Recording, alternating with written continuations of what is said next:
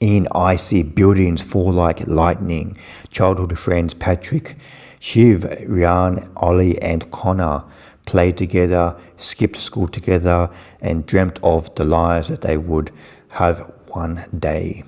Now they're 30 and the future they imagined is slipping quietly out of reach. I See Buildings Fall Like Lightning is directed by Clio Barnard, and she has previously directed films such as The Arbor and The Selfish Giant, and I See Buildings Fall Like Lightning debuted at the 2026 Cannes Film Festival. I've been following director Clio Barnard's career since her debut feature The Arbor, and she's just been making solid films, and you just know there's a lot of directors like this who just keep making very solid films, and then suddenly one day she just makes a film, or he makes a film that just knocks it out of the park and ends up being one of the best films of the year. And I See Buildings Fall Like a Lightning is definitely one of the best films of 2026. I think one of the main strengths of this film for me was it always feels real. There's not a false note in this film, like the decisions by everybody in this film, the events that take place. Everything feels like, even though it's funny and dramatic and funny things happen and surprising things happen and dramatic things happen, everything feels real, and that gives it a certain authenticity and you can see yourself in these people. It doesn't matter if you're younger or older, you can see yourself in the lives of these people, and that's what one of the main strengths of this film is. And another strength of this film is it creates these characters, these 5 characters, and by 30-40 minutes of the film, you know straight away, Patrick, I know that's him. Connor, that's him.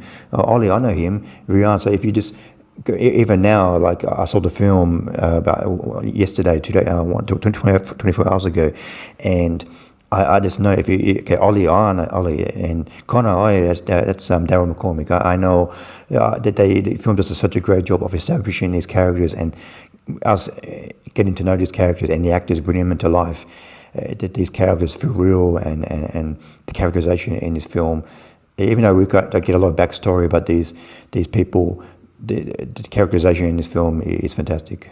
And this film is commenting on a lot of things that are happening in the world like now, especially it really nails the young men have really difficulty communicating, and the young men in this film really have difficulty communicating their feelings or about their lives, and basically everything that happens in this film, if the men could communicate, then that would solve everything. Like, you would have a film, it wouldn't be a very entertaining film, but every problem that comes up in this film is because the men cannot communicate, and this film really nails that. I'll just quickly go through all of the characters in this film. There's Patrick, played by Anthony Boyle, and Shiv, played by Lola. Petticrew, they are high school sweethearts. They've been dating basically since they're 15. Oh, actually, all 5 of these people, they've known each other since they're high school, when they're 15. And Anthony Boyle and Lola Petticrew play Shiv and Patrick, and they're married, and they've got 2 kids, I think, 2 young girls. And Shiv, she stays home with the kids, while Patrick, he rides like Uber Eats on his bicycle. And with Patrick, he went to university, but he, for some reason, maybe because his wife got pregnant and he had to stay home and give up his dream of a career, and now he's riding the bicycle Uber Eats.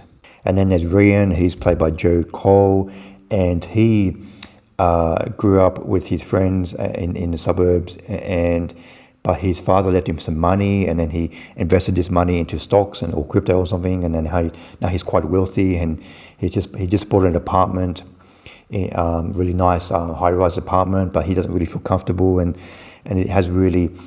He's always had difficulty communicating, and his friends know this. He's always been a bit of an introvert, and he has trouble communicating. And he just entered into a new relationship, and that relationship kind of dissolves as the film goes on, and it's because of his lack of communication, and because it doesn't matter how much money he makes, how wealthy he is, he just doesn't feel belonging in that world. So he has a lot of difficulty as the film goes on. And then there's Ollie, played by Jay Lycurgo, and he's a bit of a small-time drug dealer. And as the film goes on, he kind of tries to leave that past behind him. And to his friends, he's kind of people like he judge him as a bit of a jokester, a bit of a joke. He's never really got his life back on hold. But as the film goes on, he becomes the most mature person out of all these people, and he helps his friends a lot in his film. And finally, there's Connor, played by Daryl McCormack, and he has a young wife and a baby on the way, and he's taken over the building business from his father. But as the film goes on, we slowly learn that the expectation of his life has taken over him, and his business is not doing as well as everybody thinks it is, and the new baby that's born, and the whole responsibility of his life, and his inability to communicate his feelings with anybody. And all five of these people have some kind of alcohol or drug addiction. Some of it's every day, and some of it's just when they go out and drinking and partying. So they're all functioning alcoholics or addicts. And for me, in the first half an hour of the film, I just had a dread in me that this film is going to get me attached to these characters, and it's going to kill off one of these characters towards the end of the film. And I was right. I won't spoil who it is, but I just had a feeling. I don't know why. I just had a feeling in the beginning after the film that this film was going to get me attached to this character and then like rip my heart out. And I was right. But I think what I liked about the ending of this film is it doesn't dread on that sadness. It finishes on a hopeful note. It finishes on these characters coming together and being there for each other. And yes, we're living in a world that's difficult to living, the cost of living, and just how difficult it is.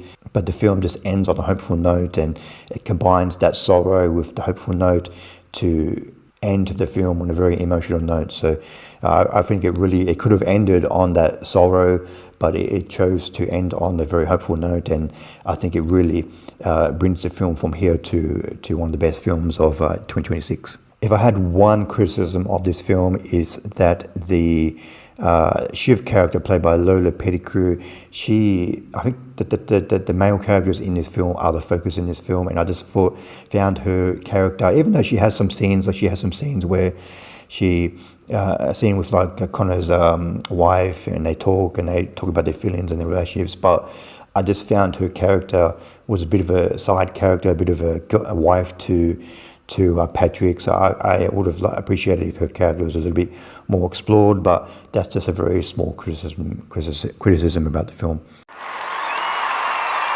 I give Sea Buildings Fall Like Lightning 4.5 stars out of 5. This film feels very real and raw, and there's not a false note in this film, and it has 4 fantastic performances from Anthony Boyle, Lola Petticrew, Joel Cole, Jay Lycurgo, and Daryl McCormack, who really bring these characters to life. And it has a fantastic commentary on the male lack of communication and the cost of living, and just the world that we live in today, and the divide between the rich and the poor. And it just really nails everything and really combines into a very emotional finale. So I highly recommend checking out I See Buildings Fall Like Lightning. It's one of the best films of 2026. Thanks for watching. What do you think of I See Buildings Fall Like Lightning? Please comment below what you thought of the film. See you next time. Bye.